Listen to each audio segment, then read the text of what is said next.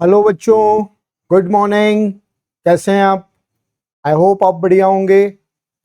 CA foundation मई 15 मई को बेटा paper है। टेंशन बढ़ रहा है, कैसे करें? टाइम कम है, सिलेबस ज्यादा है। तो बेटा मैं आपके लिए लेकर आया हूं रिवीजन। हम फाइनल अकाउंट से अपना रिवीजन स्टार्ट करेंगे। मेरी होप है, मेरी कोशिश है कि हम इस पूरे सिलेबस को 1 बाय 1 वीडियो के थ्रू कंप्लीट करें। सबसे पहले मैं आपको पढ़ा रहा हूं फाइनल अकाउंट्स। फाइनल अकाउंट्स का कंट्रीब्यूशन बहुत अच्छा है एग्जाम में। 20 मार्क्स का एक पूरा सेगमेंट जिसमें फाइनल अकाउंट्स और एनपीओ के क्वेश्चंस एग्जाम में फ्रेम होते हैं। अब ये पेपर सेटर पर डिपेंड करता है वो काय का क्वेश्चन पूछेगा, बट आप ये श्योर कर लें कि ये दोनों टॉपिक्स अगर आप कंप्लीट करके जाते हैं, फाइनल अकाउंट्स एंड एनपीओ, तो आपको इसमें डेफिनेटली एग्जाम में क्वेश्चन मिलता है। अभी हम यहां पर स्टार्ट करते हैं final accounts. First of all, final accounts क्या होता है? सर फाइनल अकाउंट्स किसे कहते हैं? बेटा Final accounts are those which are prepared the last date of financial year to find the final results of business. Final accounts वो account है जो ईयर एंडिंग डेट पर बनते हैं। इंडिया में फाइनेंशियल ईयर एंडिंग डेट क्या है? 31 मार्च। ये फाइनल अकाउंट हर trader year ending date means 31 March को बनाता है। क्यों बनाता है sir? To find the final results of business. अपने रिजल्ट्स मालूम करने के लिए। बेटा एक ट्रेडर बिजनेस क्यों करता है? सर ट्रेडर बिजनेस प्रॉफिट कमाने के लिए करता है। एग्जैक्टली। अब उस ट्रेडर ने पूरे ईयर बिजनेस किया तो उस बिजनेस का रिजल्ट क्या रहा, ये रिजल्ट्स बताता है फाइनल अकाउंट। अब बेटा ये जो रिजल्ट वर्ड है इसमें दो फैक्टर्स हैं, ठीक है? मैंने जो हाथ से लिखा हुआ आप स्क्रीन पर देखिए। रिजल्ट वर्ड के दो फैक्टर्स कौन से हैं सर? पहला फैक्टर है बेटा प्रॉफिट और लॉस। एक ट्रेडर जिसने बिजनेस किया उसने अपने बिजनेस में प्रॉफिट अर्न किया या लॉस सफर किया, यह बताएगा आपका फाइनल अकाउंट्स, ठीक है? साथ ही में रिजल्ट का दूसरा फैक्टर है फाइनेंशियल पोजीशन। ये final account profit and loss के साथ साथ फाइनेंशियल पोजीशन भी बताता है। सर फाइनेंशियल पोजीशन का क्या मीनिंग होता है? बेटा एक बिजनेस की आर्थिक स्थिति। Financial position means position of assets and liability. Trader के पास अपने बिजनेस में कितनी वैल्यू की कौन कौन सी एसेट्स हैं और उस पर कितनी और कौन कौन सी लायबिलिटीज हैं, ये फाइनेंशियल ये जो पोजीशन होती है इसको हम बोलते हैं फाइनेंशियल पोजीशन, और ये भी फाइनल अकाउंट बताता है। हर ईयर बिजनेस करने के बाद बिजनेस की फाइनेंशियल पोजीशन में चेंज आता है। Okay, last year financial position कैसी थी, इस साल कैसी है, आपको ये कंपेयर करना पड़ेगा। इसके लिए फाइनेंशियल पोजीशन फाइंड करनी होगी और ये financial position again final account बताता है। तो फाइनल अकाउंट रिजल्ट बताएगा जिसमें दो फैक्टर है, प्रॉफिट और loss and financial position. Done बेटा जी। चलिए सर फाइनल अकाउंट कैसे बनता है? तो बेटा final account preparation point of view से हम कंसर्न को दो टाइप में डिवाइड करते हैं। दो टाइप की कंसर्न्स होती हैं। पहली होती है ट्रेडिंग कंसर्न, और सेकंड होती है manufacturing concern, right? Trading concern sir ये कौन होते हैं? बेटा वो लोग जो ट्रेड करते हैं, person who involve in trade means buying and selling of goods. जो लोग माल खरीद कर बेचते हैं, इनका काम होता है माल खरीद कर बेचना, ये ट्रेडिंग कंसर्न है। ट्रेडिंग कंसर्न अपना फाइनल अकाउंट कैसे बनाती है ये हमें अपने सिलेबस में पढ़ना है, अभी अपन देखेंगे। फिर दूसरा होता है मैन्युफैक्चरिंग कंसर्न। एक ऐसी कंसर्न जो मैन्युफैक्चरिंग एक्टिविटी में इन्वॉल्व है, मतलब ये लोग किसी गुड्स का प्रोडक्शन करके सेल करते हैं। ये रॉ मटेरियल परचेस करेंगे, अपनी फैक्ट्री में उस रॉ मटेरियल का प्रोसेसिंग करेंगे, उससे एक प्रोडक्ट बनाकर सेल करेंगे। ये कंसर्न होती है मैन्युफैक्चरिंग कंसर्न। मैन्युफैक्चरिंग कंसर्न अपना फाइनल अकाउंट कैसे बनाती है, ये भी हमारे सिलेबस का पार्ट है, हम दोनों पढ़ेंगे। पहला पढ़ेंगे ट्रेडिंग कंसर्न। ट्रेडिंग कंसर्न का फाइनल अकाउंट्स बेटा 3 पार्ट्स में डिवाइडेड है। पहला part trading account, second part profit and loss account and third is balance sheet. Trading account, profit and loss account and balance sheet. Trading account क्या होता है बेटा, briefly तीनों के मीनिंग। जब आप मीनिंग क्लियर कर लेते हैं तो आपको फॉर्मेट पढ़ना बहुत इजी हो जाता है, फॉर्मेट इससे सिंपल हो जाते हैं। ठीक है सर, ट्रेडिंग अकाउंट क्या होता है? Trading account is account in which all goods accounts and direct expenses are to be recorded. Trading account वो अकाउंट है जिसमें बिजनेस के सभी गुड्स अकाउंट्स और डायरेक्ट एक्सपेंस रिकॉर्ड किए जाते हैं। बेटा किसी भी बिजनेस में 6 गुड्स अकाउंट होते हैं। कौन से 6 गुड्स अकाउंट होते हैं? गुड्स परचेस किया, परचेस अकाउंट। गुड्स सोल्ड किया, sale account. Purchase goods return किया, purchase return account. Sold goods return आया, sales return account. Stock at the beginning of financial year is opening stock. Stock at the end of financial year is closing stock. ठीक, purchase, sale, purchase return, sales return, opening stock, closing stock, ये 6 goods account हम trading account में record करते हैं। दूसरा content इसका direct expenses. Sir direct expense किसे कहते हैं? बेटा अकाउंटेंसी में जितने भी एक्सपेंसेस हैं उन सबको अकाउंट्स ने 2 पार्ट में बाइफरकेट किया है, डायरेक्ट, इनडायरेक्ट। डायरेक्ट एक्सपेंसेस हम ट्रेडिंग अकाउंट में रिकॉर्ड करते हैं। Expenses those are incurred on purchasing and manufacturing the goods. वो सारे खर्चे जो माल को खरीदने पर, माल को बनाने पर पेड किए गए हैं, उन्हें हम डायरेक्ट एक्सपेंस कहते हैं।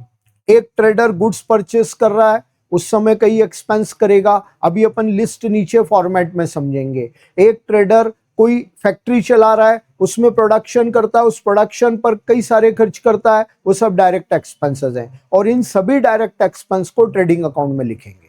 ठीक है सर, तो 2 कंटेंट हो गए बेटा, goods account and direct expense, इन दोनों को ट्रेडिंग में रिकॉर्ड किया। ट्रेडिंग अकाउंट का रिजल्ट क्या होगा? To find the gross profit of business. ये ट्रेडिंग अकाउंट आपको बिजनेस का ग्रॉस प्रॉफिट बताता है। ये ट्रेडिंग अकाउंट ग्रॉस प्रॉफिट बताएगा, इसका पर्पस सॉल्व हो गया। अब ट्रेडिंग अकाउंट के बाद सेकंड अकाउंट बनता है प्रॉफिट एंड लॉस। ये क्या होता है बेटा? इन this account all indirect expenses and incomes are to be recorded to find the net profit of business. P&L वो अकाउंट है जिसमें बिजनेस के सभी इनडायरेक्ट एक्सपेंसेस रिकॉर्ड होते हैं। अभी अपन ने ऊपर डायरेक्ट एक्सपेंस का मीनिंग पढ़ा। इनडायरेक्ट एक्सपेंस किसे कहते हैं? All selling and distribution expense. बिल्कुल सिंपल सा एक बाइफर्केशन कर लो बेटा, परचेस से रिलेटेड एक्सपेंस डायरेक्ट, सेल से रिलेटेड एक्सपेंस इनडायरेक्ट। लेकिन गुड्स सोल्ड करने के साथ साथ उसको डिस्ट्रीब्यूट भी करना है, कस्टमर के घर तक भी पहुंचाना है, उस पर जो एक्सपेंस हुए indirect. All office and administrative expense. जब कोई बिजनेस करता है, कोई भी पर्सन जब बिजनेस करता है तो ऑफिस एक्टिविटी जरूर होगी, विदाउट ऑफिस एक्टिविटी बिजनेस नहीं होता है। उन ऑफिस एक्टिविटीज पर जो एक्सपेंस होंगे अगेन वो इनडायरेक्ट है। इन सभी इनडायरेक्ट एक्सपेंसेस को प्रॉफिट एंड लॉस में रिकॉर्ड करते हैं। लिस्ट अभी अपन नीचे फॉर्मेट में पढ़ेंगे। साथ ही में इस अकाउंट में इनडायरेक्ट इनकम्स को भी रिकॉर्ड किया जाता है, राइट।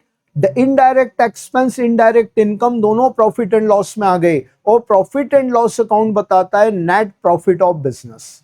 बेटा बिजनेस का जो फाइनल प्रॉफिट होता है वो नेट प्रॉफिट है।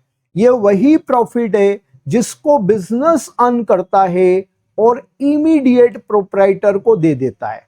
इमीडिएट प्रोप्राइटर को देने का मतलब प्रोप्राइटर की कैपिटल में ऐड ऑन कर देता है, राइट। तो ये प्रॉफिट एंड लॉस अकाउंट है।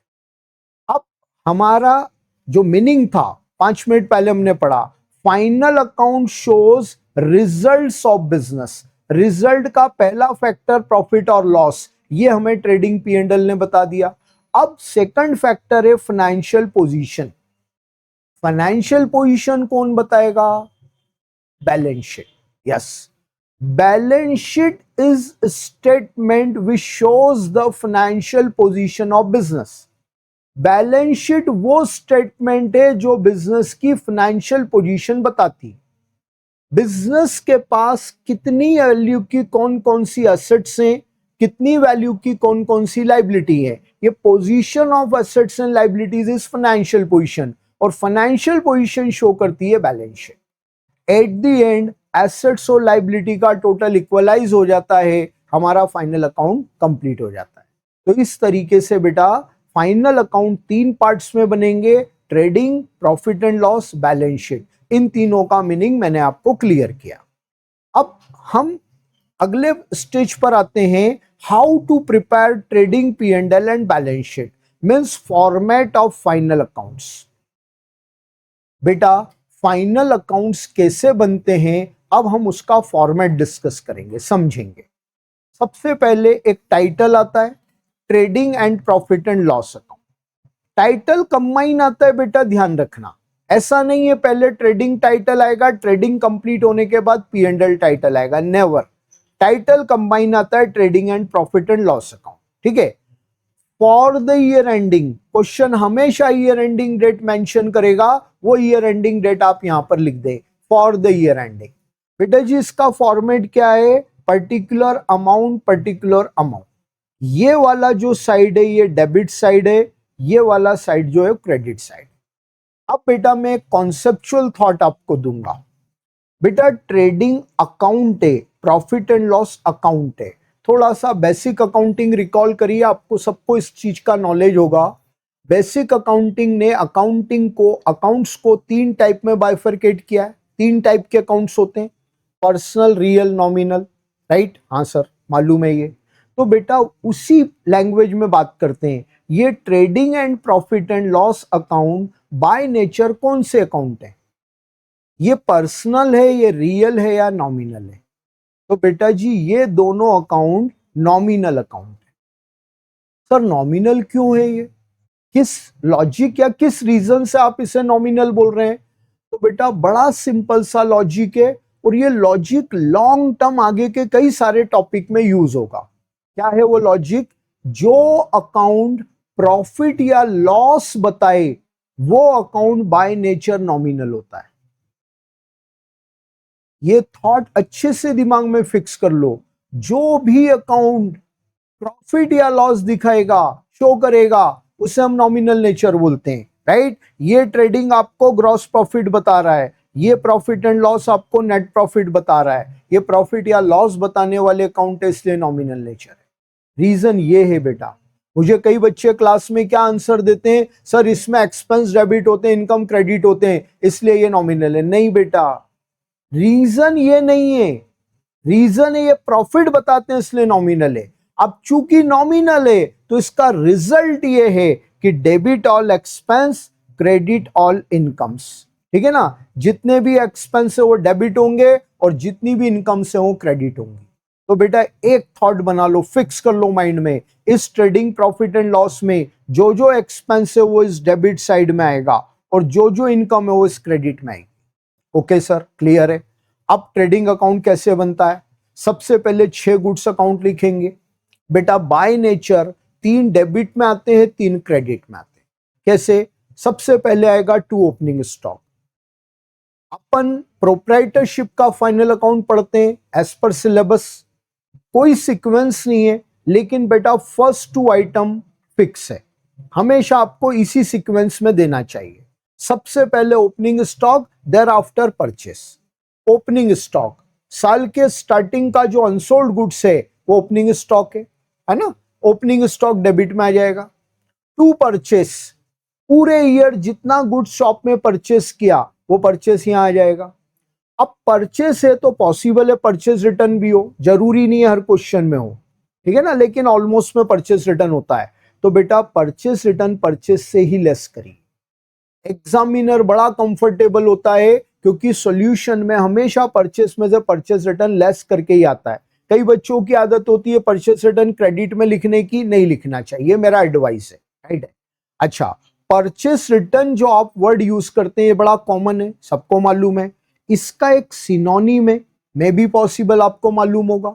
नहीं मालूम है तो याद रखिए, परचेस रिटर्न का दूसरा सिनोनिम है रिटर्न आउटवर्ड। ये दोनों वर्ड याद रख कर जाइए, अलग अलग क्वेश्चन में अलग अलग वर्ड यूज होते हैं, परचेस रिटर्न और रिटर्न आउटवर्ड। ये लेस हो जाएगा, देख लो आप, 3 गुड्स अकाउंट डेबिट में आ गए, opening stock, purchase less purchase return, done. चलो क्रेडिट में आते हैं, बाय सेल। बेटा जितना माल बिजनेस में सेल किया गया वो बिजनेस का रेवेन्यू माना जाता है, एज ए रेवेन्यू ये क्रेडिट होता है। अब इस सेल्स में से सेल्स रिटर्न लेस कर दो, सेल्स रिटर्न का दूसरा वर्ड है return inward. Return inward means sales return. अब ये सेल्स से लेस हो जाएगा, ये नेट सेल बाहर आ गया। By closing stock, unsold goods at the end of financial year is closing stock, ये ट्रेडिंग के क्रेडिट में आ गया, राइट है। ये 3 आइटम ट्रेडिंग के क्रेडिट में है, और इसके अलावा ट्रेडिंग के क्रेडिट में कभी भी कुछ भी नहीं आता है। बस ये 6 गुड्स अकाउंट लिख लिए। अब अपन आएंगे डायरेक्ट एक्सपेंसेस पर। जो एक्सपेंस गुड्स को परचेस करने और मैन्युफैक्चरिंग से रिलेटेड हैं वो सब डायरेक्ट एक्सपेंसेस है, और वो हम यहां रिकॉर्ड करेंगे, ठीक है। 1 बाय 1 देखेंगे। Wages, amount paid to workers, जो लोग आपके यहां सामान इधर से उधर शिफ्ट करने का काम करते हैं वो वर्कर्स हैं, उनको जो आप पेमेंट दोगे वो वेजेस से। वेजेस अकाउंट ने डायरेक्ट एक्सपेंस कंसिडर किया है, ट्रेडिंग में। अब एक वर्ड दूसरा है सैलरी। सैलरी इनडायरेक्ट एक्सपेंस है बेटा, P&L में जाता है। सर सैलरी किसे कहते हैं? अमाउंट पेड टू एम्प्लॉइज, जो लोग आपका ऑफिशियल वर्क करते हैं वो एम्प्लॉई हैं, और उन एम्प्लॉइज को जो पेमेंट आप करोगे वो सैलरी है। सैलरी इनडायरेक्ट एक्सपेंस P&L में जाता है। बट बेटा एक पेयर होती है, एक कंबाइन पेयर है, वेजेस एंड सैलरी, ये अलग नहीं होते, ये एक ही वर्ड माना जाता है। तो वेजेस एंड सैलरी में पहला वर्ड वेजेस आ रहा है, इसलिए उसको ट्रेडिंग में लिखते हैं। और यही जब रिवर्स हो जाएगा, ये वर्ड बन जाएगा सैलरी एंड वेजेस, पहला वर्ड सैलरी आ गया। अभी हम 10 मिनट बाद P&L का फॉर्मेट पढ़ेंगे, वो P&L में जाएगा। मैं रिपीट कर रहा हूं बात को, सिर्फ वेजेस है ट्रेडिंग में आएगा, सिर्फ सैलरी है प्रॉफिट एंड लॉस में आएगा। एक कंबाइन एक्सपेंस है, एक पेयर में एक्सपेंस है वेजेस एंड सैलरी। तो पहला वर्ड वेजेस होने की वजह से अकाउंट ने मान लिया है कि इस कंबाइन एक्सपेंस में वेजेस की मेजॉरिटी है, इसलिए ट्रेडिंग में आता है। ठीक बेटा, चलो। कैरियज इनवर्ड, कैरेज इनवर्ड का दूसरा नाम होता है कैरेज ऑन परचेस। आप गुड्स परचेस करके ला रहे हो किसी गाड़ी में रखकर, गाड़ी में रखकर गुड्स परचेस करके लाए। अब गाड़ी वाले को जो आप पेमेंट करते हो, गाड़ी भाड़ा जिसको हिंदी में अपन बोलते हैं, वो है कैरेज इनवर्ड। ये डायरेक्ट एक्सपेंस है क्योंकि माल खरीदने पर हुआ है। ऑक्ट्राई, जब किसी अदर स्टेट से हम कोई गुड्स परचेस करते हैं तो अदर स्टेट से हमारी स्टेट में गुड्स आने पर जो टैक्स लगता है उसको हम कहते हैं ऑक्ट्राई। ये ऑक्ट्राई डायरेक्ट एक्सपेंस है, ट्रेडिंग में आएगा। फिर कस्टम और इंपोर्ट ड्यूटी, जब हम आउटसाइड कंट्री परचेस करते हैं, जैसे हम इंडिया के ट्रेडर हैं और हमने यूएस से परचेस किया, तो यूएस से इंडिया में जब गुड्स आएगा तो एयरपोर्ट या सीपोर्ट पर कस्टम ड्यूटी लगेगी। वो कस्टम ड्यूटी अगेन आपका डायरेक्ट एक्सपेंस है, ट्रेडिंग में आएगा।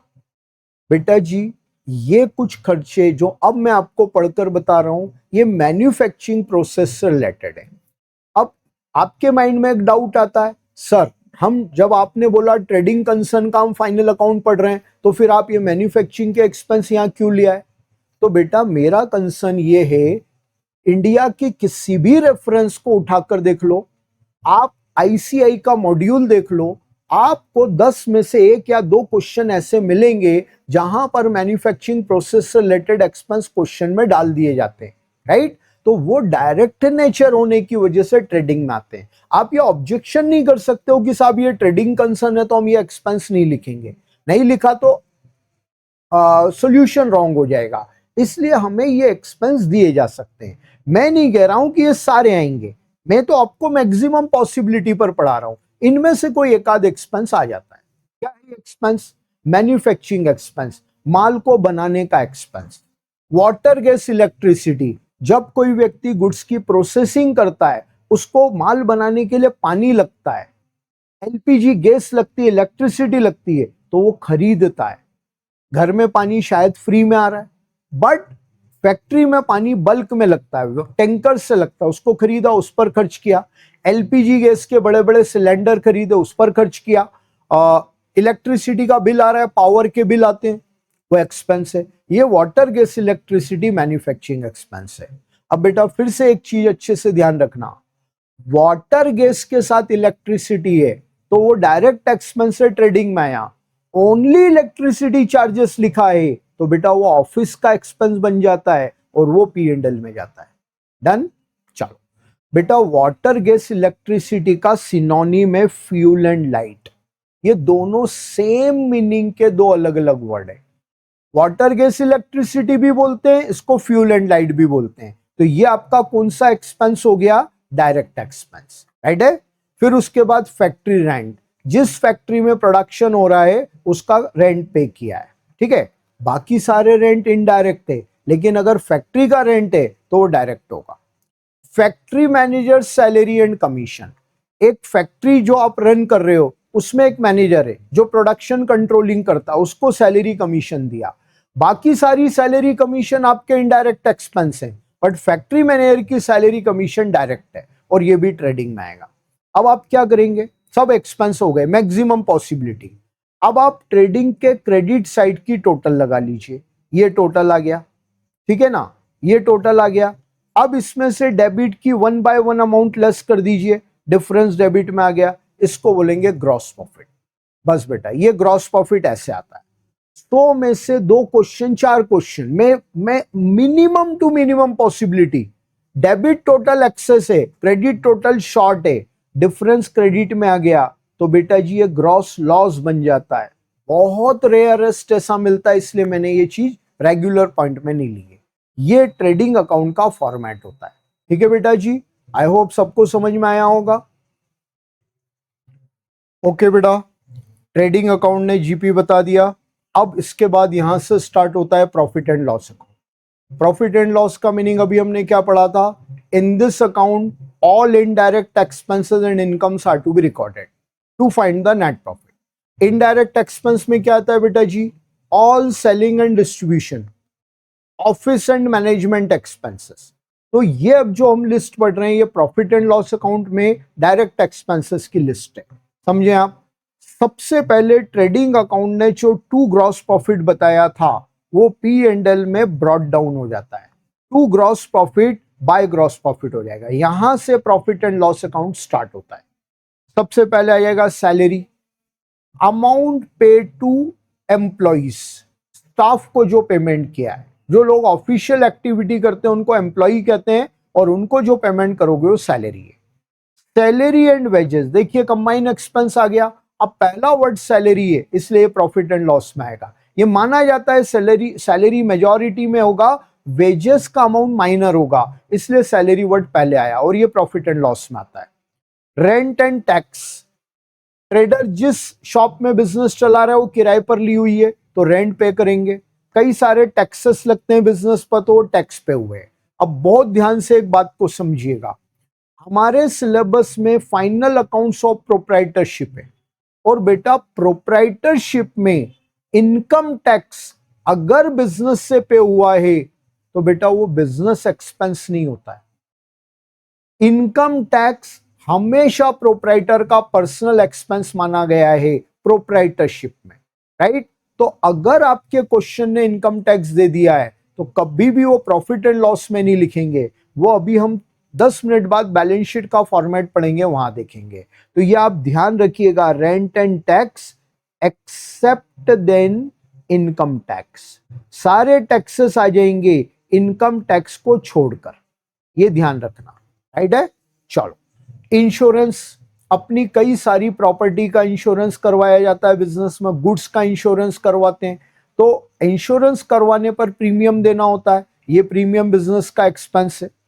ऑडिट फी, बिजनेस ने अपनी बुक्स ऑफ अकाउंट, अपने फाइनल अकाउंट को सीए से एग्जामिन करवाया तो सीए को जो फी देते हैं ऑडिट के लिए वो ऑडिट फी होती है, अगेन एक्सपेंस है। लीगल चार्जेस, बिजनेस के कोर्ट में कोई केस चल रहे हैं, कोर्ट केसेस पर कोई एक्सपेंस पे किया है तो वो लीगल चार्जेस हो जाएंगे, ये भी प्रॉफिट एंड लॉस में आ जाएगा। बेटा अब नेक्स्ट एक्सपेंस आता है पोस्टेज एंड टेलीग्राम। बिजनेस अपने आउट स्टेशन कस्टमर और क्लाइंट को कोई लेटर भेजता है, कोई टेलीग्राम करता है, ये सब उसके एक्सपेंस हैं। प्रिंटिंग स्टेशनरी, आप रेपुटेड शॉप से शॉपिंग करने जाएं, उनके प्रिंटेड इनवॉइसेस रिसिप्ट मिलती हैं, तो ये लोग प्रिंट करवाते हैं। Books of account, pen pencil stationery ये लोग परचेस करते हैं, तो ये इनका एक्सपेंस हो गया। डिस्काउंट अलाउड, ये अपने कस्टमर को डिस्काउंट देते हैं, ये इसका लॉस हो गया। देन कैरेज आउटवर्ड, अब बेटा जी ये जो कैरेज आउटवर्ड आप पढ़ रहे हैं, इस कैरेज आउटवर्ड का दूसरा मीनिंग होता है carriage on sale, right. Carriage outward means carriage on sale. आपने माल बेचने पर कोई गाड़ी भड़ा दिया, तो ये बिजनेस का इनडायरेक्ट एक्सपेंस है। कमीशन, कई ट्रेडर अपना गुड्स एजेंट के थ्रू सेल करवाते हैं, तो एजेंट को कमीशन देते हैं, ये कमीशन अगेन बिजनेस का एक्सपेंस हो गया। बैड डेप्ट, किसी कस्टमर को क्रेडिट सेल किया और उसका अमाउंट नहीं मिला, इररिकवरेबल अमाउंट इज बैड डेप्ट, तो अगेन ये बिजनेस का लॉस है, P&L में आ जाएगा। Interest on loan, business purpose से कोई लोन लिया, उस पर इंटरेस्ट पे किया, अगेन ये बिजनेस का एक्सपेंस है, P&L में आ जाएगा। Depreciation, decreasing in value of fixed assets due to wear and tear is called depreciation. आप अपने बिजनेस की जितनी भी फिक्स एसेट जो आपकी ऑनरशिप की है वो यूज करते हैं, तो यूज करने की वजह से उनकी वैल्यू में रिडक्शन आता है, ये जो रिडक्शन है इसको हम कहते हैं डेप्रिसिएशन। अगेन डेप्रिसिएशन लॉस है, P&L डेबिट में आ जाएगा। लॉस बाय फायर, आग लग गई उसकी वजह से लॉस हो गया, ये प्रॉफिट एंड लॉस डेबिट में आ जाएगा। कार एक्सपेंसेस, बिजनेस की कार है, बिजनेस के यूज में आ रही है, उस कार पर जितने भी एक्सपेंस हुए प्रॉफिट एंड लॉस में आ जाएंगे। रिपेयर, कोई टूट फूट हो गई उसको ठीक कराया, ये रिपेयर है। डोनेशन, आपने अपने बिजनेस का गुड्स या कैश कुछ भी चैरिटी में दे दिया, ये चैरिटी में जो देते हो उसको हम बोलते हैं डोनेशन, ये अगेन प्रॉफिट एंड लॉस में आ जाएगा। अदर एक्सपेंस, छोटे छोटे एक्सपेंसेस, इन्हें अकाउंट ने नाम दिया अदर एक्सपेंस। बेटा इन अदर एक्सपेंस, ये जो वर्ड आप देख रहे हैं इनके कई सारे सिनोनिम्स हैं। अदर एक्सपेंस के लिए दूसरे वर्ड जो अकाउंट ने रेकमेंड किए हैं उसमें एक आता है सन्ड्री एक्सपेंस, दूसरा एक और वर्ड आता है ऑफिस एक्सपेंस, फिर एक आता है ट्रेड एक्सपेंस, एक आता है मिसलेनियस एक्सपेंस।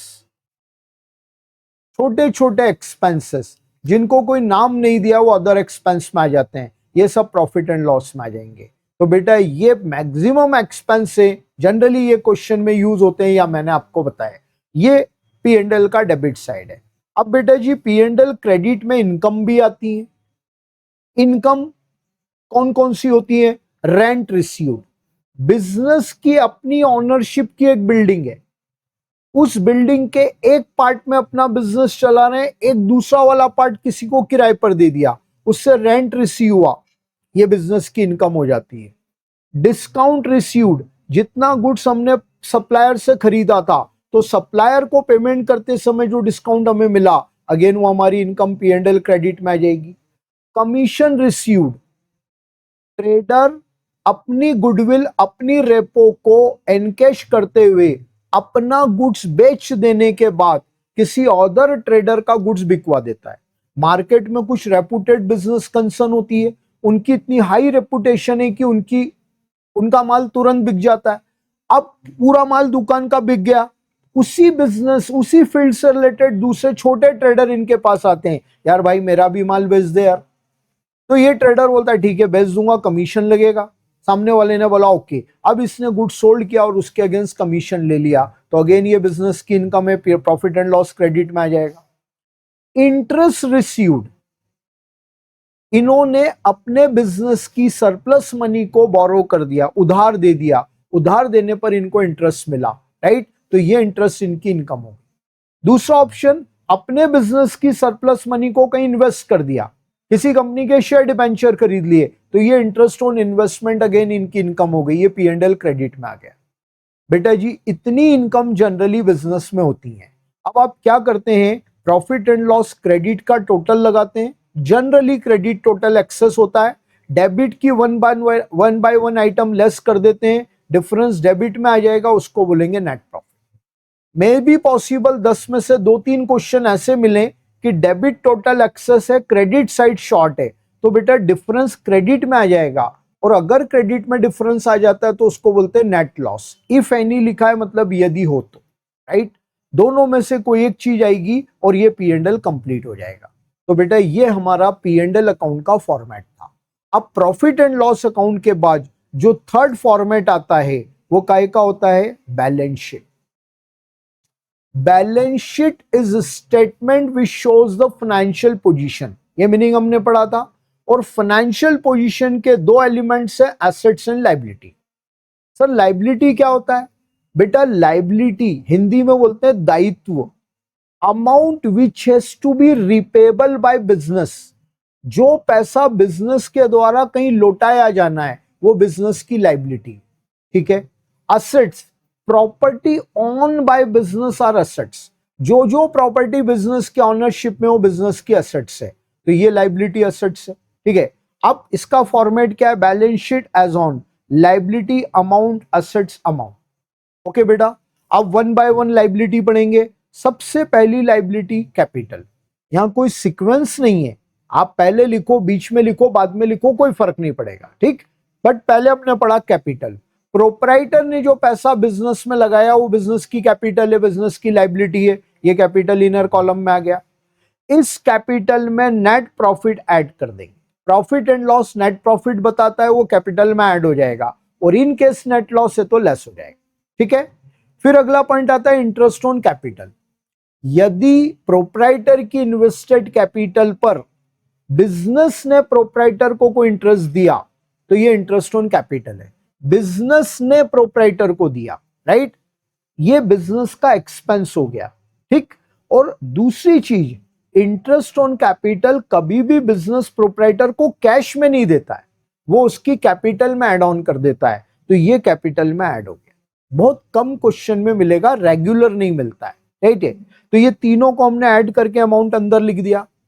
अब इसमें से लेस कर देंगे ड्रॉइंग, पूरे ईयर प्रोपराइटर ने जो भी पैसा बिजनेस से विड्रॉ किया है, चाहे कैश के फॉर्म में चाहे गुड्स के फॉर्म में, वो ड्रॉइंग यहां से लेस हो जाएगा। ऐसे इंटरेस्ट ऑन ड्रॉइंग भी हो सकता है, तो इंटरेस्ट ऑन ड्रॉइंग अगर है तो भी लेस हो जाएगा, ठीक है। Interest charge by business on proprietors drawing, business ने प्रोपराइटर के ड्रॉइंग पर इंटरेस्ट चार्ज किया तो ये कैपिटल से माइनस हो जाता है। अभी 10 मिनट पहले मैंने आपको कहा था पी एंड एल में इनकम टैक्स कभी भी प्रॉफिट एंड लॉस में नहीं आता है, हम प्रोपराइटरशिप का फाइनल अकाउंट पढ़ रहे हैं, तो बेटा वो इनकम टैक्स यहीं पर कैपिटल से माइनस हो। जब भी इनकम टैक्स आए तो ये बात ध्यान रखिएगा। अब फाइनल सब प्लस माइनस के बाद जो नेट बचा है वो बाहर हो जाएगा, ठीक बेटा जी। चलो, लॉन्ग टर्म लोन, देखो बेटा यहां है लॉन्ग टर्म लोन और ये है शॉर्ट टर्म लोन। बेटा कोई सा भी लोन हो, लॉन्ग टर्म हो या शॉर्ट टर्म, आपको लायबिलिटी में लिखना है। More than 1 year loan are long term, up to 1 year loan is short term, ठीक है, लोन लायबिलिटी में। रिजर्व एंड सरप्लस, बेटा कंपनी में रिजर्व एंड सरप्लस का क्राइटेरिया बहुत बड़ा होता है, बहुत सारी चीजें आती है। प्रोपराइटरशिप में रिजर्व एंड सरप्लस में one and only item which is general reserve, तो बेटर होगा हम रिजर्व एंड सरप्लस के साथ एक चीज और एड ऑन कर दें, जनरल रिजर्व। सर ये क्या होता है, saved part of profit for general purpose is general. Proprietor को यह लगता है कि मेरे बिजनेस का फ्यूचर अनसर्टन है, अचानक से कोई लॉस आ गया, फ्यूचर में कोई हेवी एक्सपेंस आ गया तो मेरा बिजनेस सफर ना कर जाए, ठीक है, कुछ तो अरेंजमेंट मुझे करना चाहिए, तो पहले से ही प्रॉफिट का एक पार्ट अपने बिजनेस में बचा कर रख लेता है। अभी आपने 2 मिनट पहले क्या पढ़ा, पी एंड एल ने एनपी बताया, एनपी कैपिटल में ऐड हो जाता है और इनडायरेक्टली वो ड्राइंग के फॉर्म में विड्रॉ हो जाता है, ये थॉट है, राइट। अब उसी एनपी का एक पार्ट बिजनेस में ही बचा कर रख लिया, कैपिटल में ऐड नहीं किया, अलग से रख लिया, बस उसे हम कहते हैं जनरल रिजर्व। ये जनरल रिजर्व लायबिलिटी है। बेटा पूरी अकाउंटेंसी के लिए फॉर एवर एक थॉट बना लो, all reserves and funds are treated as liability. सारे रिजर्व और फंड बिजनेस की लाइबिलिटी होते हैं, क्योंकि बेटा ये रिपेबल होते हैं। फ्यूचर में कोई लॉस होगा तो रिपे हो जाएंगे, और till the end of life अगर ये लॉस नहीं होते हैं तो बिजनेस डिसॉल्व होते समय ये रिजर्व बिजनेस प्रोप्राइटर को दे देगा, ले भाई तेरा तुझको अर्पण। सीधी बात, तूने अपने प्रॉफिट का सेक्रीफाइस करके बनाया था, आज बिजनेस डिसॉल्व हो रहा है, तू ही ले जा। तो ये फाइनली बिजनेस रिपे कर देगा, इसलिए बिजनेस की लाइबिलिटी है। चलो नेक्स्ट, क्रेडिटर। वे सप्लायर जिनसे आपने क्रेडिट परचेस किया है उन्हें हम क्रेडिटर कहते हैं, ये क्रेडिटर लाइबिलिटी है। ठीक है। लोन फ्रॉम एनी पर्सन, किसी व्यक्ति से आपने लोन ले लिया, ठीक है, वही शॉर्ट टर्म लोन है। फिर बैंक ओडी, बैंक ओडी समझते होंगे आप, ट्रेडर का बैंक में अकाउंट है और उसने अपनी बैलेंस पोजीशन से ज्यादा अमाउंट का चेक इशू कर दिया, बैंक में वो चेक प्रेजेंट हो गया, राइट है। अब ट्रेडर की रेपो बैंक में बहुत अच्छी है, तो बैंक बैलेंस के कंपैरिजन में ज्यादा अमाउंट का इश्यूड चेक भी क्लियर कर देता है। फॉर एग्जांपल, ट्रेडर का बैंक में बैलेंस है 1 लाख, उसने चेक इशू कर दिया 1,50,000 का, बैंक 1 लाख के बैलेंस में से 150 का पेमेंट कर देगा, 50,000 उसका बैलेंस माइनस में आ जाएगा, ये बन जाता है बैंक ओडी। ठीक है, ये पैसा इमीडिएट बैंक को लौटाना है, इसलिए ये बैंक बिजनेस के लिए लाइबिलिटी हो जाता है, तो बैंक ओडी को हम लाइबिलिटी में लिखेंगे। फिर उसके बाद bills payable, bills of exchange में मीनिंग पढ़ा हुआ है, अभी अपन बिल्स ऑफ एक्सचेंज पर आएंगे तो वहां और क्लियर हो जाएगा। बिल्स पेबल, जिस बिल का पेमेंट करना है, ये लाइबिलिटी हो। ठीक बेटा। आउटस्टैंडिंग एक्सपेंस अनअक्रूड इनकम, बेटा इस फर्स्ट वीडियो को मैं इस फॉर्मेट पर एंड करूंगा, सेकंड वीडियो कंटिन्यूटी में आपको मिलेगा, वहां मैं डिटेल्ड एडजस्टमेंट समझा रहा हूं, वहां मैं इस चीज को बहुत डिटेल में समझाऊंगा। मैं अभी यहां पर इसको स्किप कर रहा हूं, सेकंड वीडियो पर आप आएंगे तो इसका पूरा मीनिंग आपको समझ में आ जाएगा। ठीक है। Outstanding expense unaccrued income both are liabilities, ये लाइबिलिटी साइड हो गया बेटा। अब हम आएंगे एसेट्स पर। लैंड एंड बिल्डिंग, एक बात ध्यान रखना, बिजनेस की ऑनरशिप की एसेट्स होनी चाहिए, किराए की एसेट्स यहां शो नहीं होती। लैंड एंड बिल्डिंग, बिजनेस की बिल्डिंग है, बिजनेस के यूज में आ रही है, ये एसेट्स है। प्लांट एंड मशीन, बिजनेस में जितनी भी मशीनरीज लगी हो, अगेन बिजनेस की एसेट्स है। फर्नीचर, बिजनेस में जितना भी फर्नीचर लगा है वो उसकी एसेट्स है। इन्वेस्टमेंट, बिजनेस ने अपना सरप्लस मनी किसी कंपनी के शेयर डिबेंचर या गवर्नमेंट की सिक्योरिटी में लगा दिया, तो इसको अकाउंट कहता है इन्वेस्टमेंट, ये इन्वेस्टमेंट आपकी एसेट्स है। मोटर कार, आपके बिजनेस में कार है, बिजनेस के यूज में आ रही है, कार एसेट्स हो गई। डेटर, जिस व्यक्ति को उधार माल बेचा और जिससे माल का पैसा लेना है उसको बोलते हैं डेटर। ठीक है, वो डेटर बिजनेस की एसेट्स है। बिल्स रिसीवेबल, बीआर का फुल फॉर्म बिल्स रिसीवेबल, ऐसे बिल जिस पर अमाउंट मिलने वाला है, ये बिल्स रिसीवेबल अगेन हमारी एसेट्स हो गई। क्लोजिंग स्टॉक, बेटा ये वही क्लोजिंग स्टॉक है जो ट्रेडिंग क्रेडिट में आया, second effect balance sheet assets में, क्योंकि आप जानते ही एडजस्टमेंट है, और ये एक ऐसा एडजस्टमेंट है जिसका बिना फाइनल अकाउंट कभी बनता ही नहीं है, तो क्लोजिंग स्टॉक एसेट्स हो गई। फिर गुडविल, पेटेंट, ट्रेडमार्क, बेटा आपको नोन होगा ये तीनों intangible assets. Goodwill means name and fame of any business, ये बिजनेस की एसेट्स। पेटेंट, किसी प्रोडक्ट को बनाने का फॉर्मूला, ये पेटेंट होता है। Trademark, name and logo of any product is trademark. ठीक है, ये तीनों इंटेंजिबल एसेट्स से एसेट्स में आई। फिर लाइव स्टॉक, बहुत रेयरली मिलेगा, 100 क्वेश्चन में से कोई एक में मिलता है। Animals which are use in assets, जैसे बिजनेस में बुल कार्ट्स होती है, बैलगाड़ी, तो बेल जो है, बुल जो है, वो लाइव स्टॉक की कैटेगरी में आते हैं। हॉर्स एंड कार्ट्स होती है कई बिजनेस में, घोड़ा गाड़ी, वो हॉर्स जो होते हैं वो लाइव स्टॉक होते हैं, ये लाइव स्टॉक है। फिर आता है cash in and cash at bank, understood है, जो पैसा कैश बॉक्स में गल्ले में रखा हुआ है और जो पैसा हमारे बैंक अकाउंट में जमा है, ये दोनों हमारी एसेट्स है। बेटा अगेन ये दो वर्ड आ रहे हैं, प्रीपेड एक्सपेंस, अक्रूड इनकम, मैं आपको सेकंड वीडियो में एडजस्टमेंट्स में ये चीज क्लियर करूंगा। तो बेटा ये पूरा बैलेंस शीट का फॉर्मेट है, ये balance sheet at last total of asset total of liability equalize हो जाता है, ये इक्वल हो गया, मतलब हमारी क्वेश्चन करेक्ट है। तो बेटा इस फर्स्ट वीडियो में मैंने आपको फॉर्मेट बताया, सेकंड वीडियो में मैं सारे एडजस्टमेंट आपको एक्सप्लेन करूंगा। ओके, इस तरीके से हम इस सीरीज को आगे बढ़ाएंगे। ठीक, आई होप, मैं उम्मीद करता हूं आपको ये चीज पूरी रिवाइज हुई होगी। मेरी पूरी कोशिश है कम टाइम में मैं ज़्यादा चीजें कवर कर लूं।